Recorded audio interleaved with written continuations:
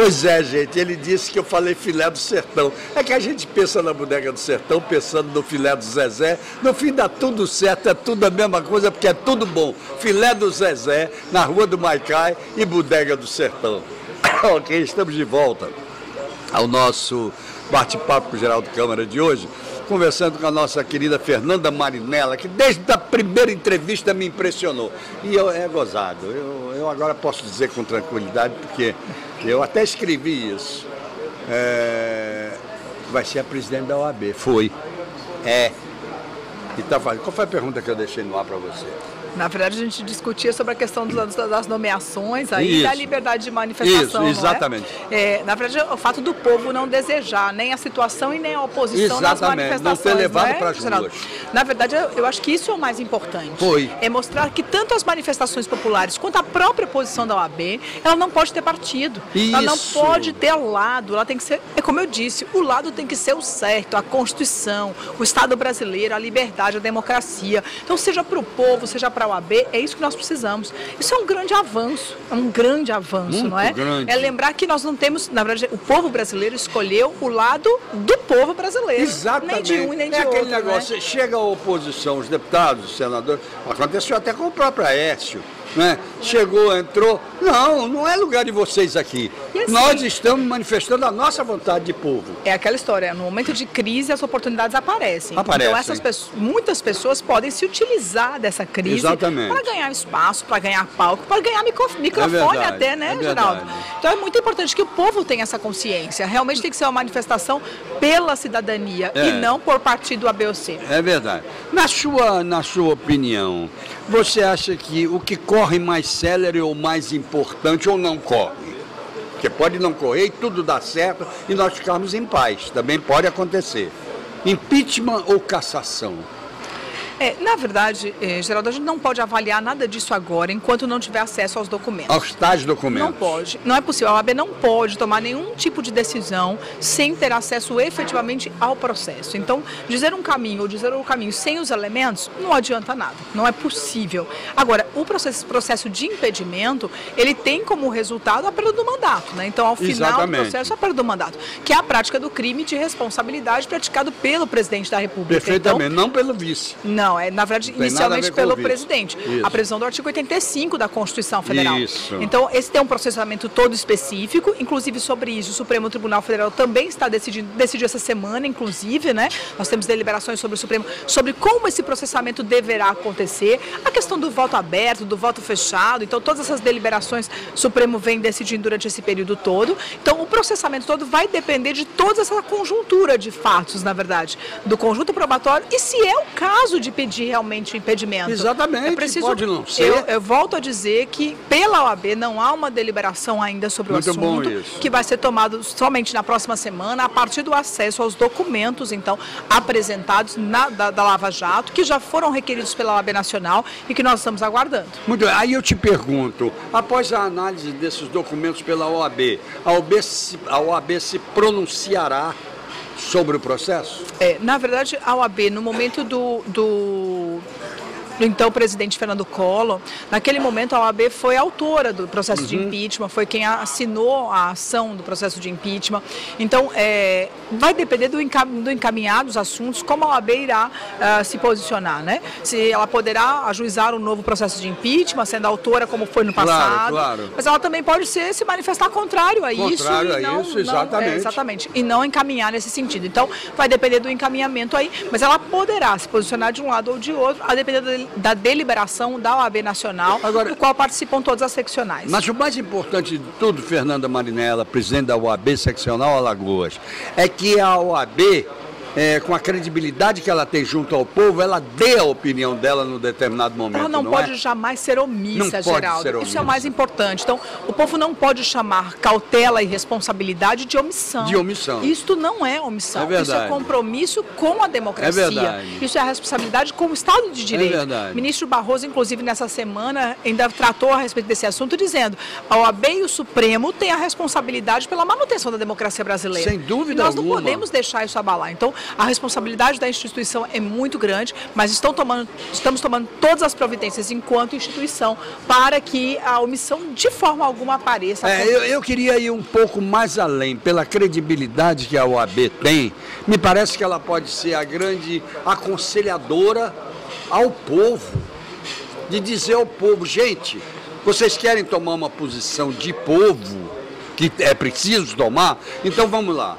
Nós tivemos os 2 processos na mão, o de impeachment, o de cassação, os processos da Lava Jato, estão todos aqui.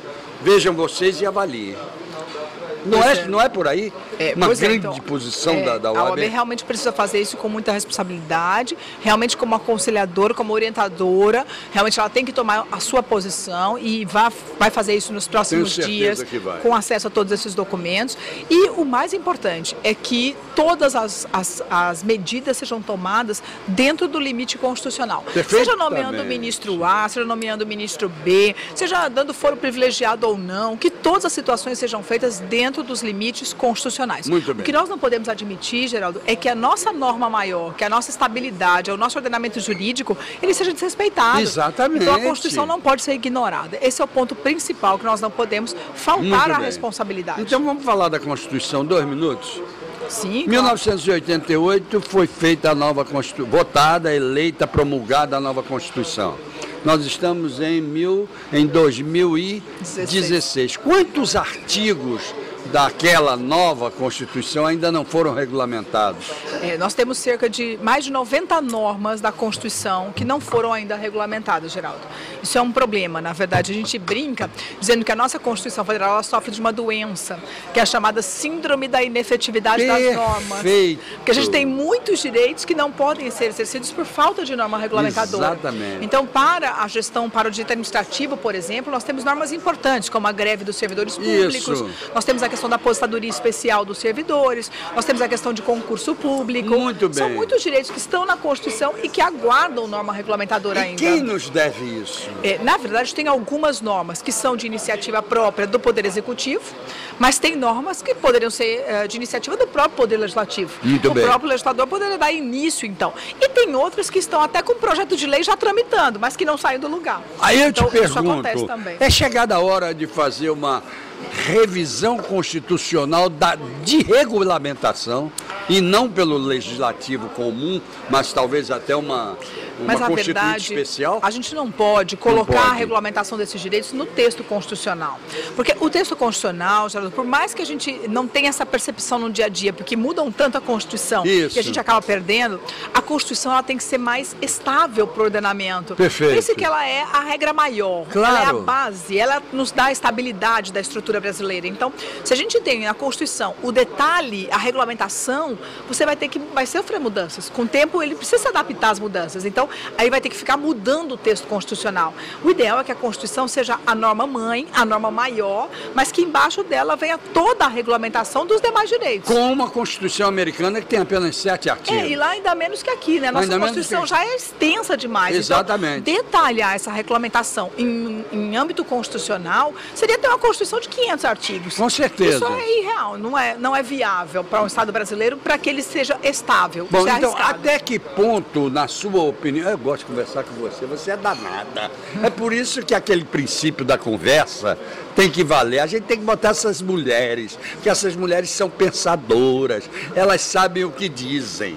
Até que ponto, o Fernanda Marinella, você acha que essa não regulamentação da Constituição nos leva a um atraso?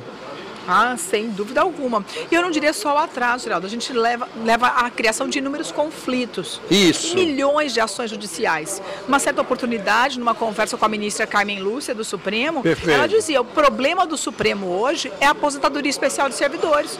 Porque está abarrotado. É verdade. São milhões de processos para tratar desse assunto. Se a Constituição tivesse regulamentada, isso não aconteceria. Claro. Então, não é só pela instabilidade que gera a sociedade, pela falta de direitos, que você tem direito e não está regulamentado, então você não pode exercer, muitas vezes isso acontece. Então, eu tenho direito e não posso exercer porque a lei não veio, e também porque gera inúmeras ações judiciais. Isso faz com que o judiciário não ande, isso faz com que a demora no provimento jurisdicional. Muito bom. E se a justiça não anda, a justiça não é praticada. Muito bem. Agora, veja você. O provimento final não é justo. Não é justo. Porque demora. Aí eu pergunto a você, se nós temos esse problema todinho com a regulamentação, como é que nós continuamos editando PECs, por exemplo? Pois é. E as PECs, na verdade, elas vão alterando o texto constitucional e vão fazendo uma coxa de retalhos, né? Uma coxa de retalhos. Por isso a grande preocupação, Geraldo, de colocar tudo na Constituição, porque aí nós vamos precisar de mais PECs.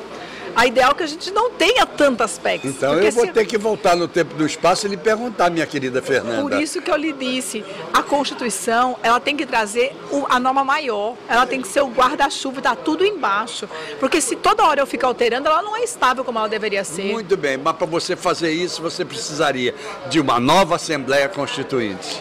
Eu não sou a favor de uma nova Assembleia, não. Eu gosto muito da Constituição. Eu também não sou, não. Não quero, não. Não, a de 88 é muito boa. Mas o problema todo é que nós precisamos de um legislador que cumpra o seu papel. É isso que nós vivemos no Brasil. Nós vivemos muitas vezes uma crise, porque os nossos poderes não ocupam o espaço que deveriam ocupar. Eu venho repetindo isso há muitos anos, desde quando a gente instituiu as súmulas vinculantes e assim por diante. Há muitos anos não, né, Fernanda? Também? Há muitos anos, pelo amor de Deus. Há muitos anos também não. Se cada poder ocupar o seu espaço e cumprir sua responsabilidade, isso não estaria acontecendo. Então, se o legislador estivesse legislando, se o judiciário estivesse julgando, se o executivo estivesse efetivamente administrando, isso não teria acontecendo. Em nome da Constituição. Exatamente, e em razão dela. Em razão dela. Então, não é isso que falta? Mas a Constituição ela é muito boa, Geraldo. O que nós precisamos é torná-la real. Eu não acho ruim.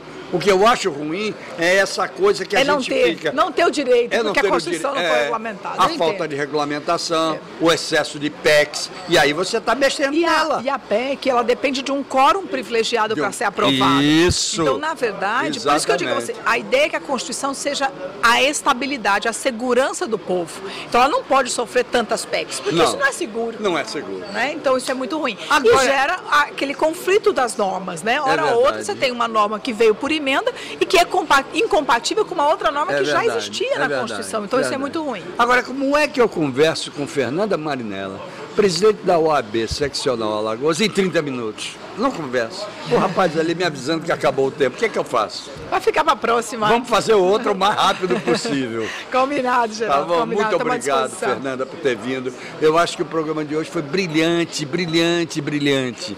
Você deu tantas explicações e colocou o nosso público telespectador num momento atual, mais legalmente falando, que eu acho que esse programa merece ser reprisado algumas vezes. Obrigada, Geraldo. Muito obrigada a todos os telespectadores também e pela oportunidade de estar aqui mais uma vez. É isso. Você, obrigada. Eu é que tenho a oportunidade e os telespectadores também de ter você aqui. Muito obrigado. Obrigada, Geraldo. Obrigado a vocês também que estiveram conosco até agora. Até amanhã. Até amanhã, se Deus quiser. Não, amanhã não. Amanhã é sábado. Amanhã é dia do Almoçando com a Notícia. Amanhã é domingo. Não é verdade? Então, se Deus quiser, teremos Almoçando com a Notícia sábado e domingo. Ele mandou dizer que quer, nós teremos esse encontro marcado. E a partir de segunda-feira, de segunda a sexta, o nosso bate-papo com o Geraldo Câmara, ele também mandou dizer que quer. Então os nossos encontros estão marcados. Até lá, gente. Muito obrigado.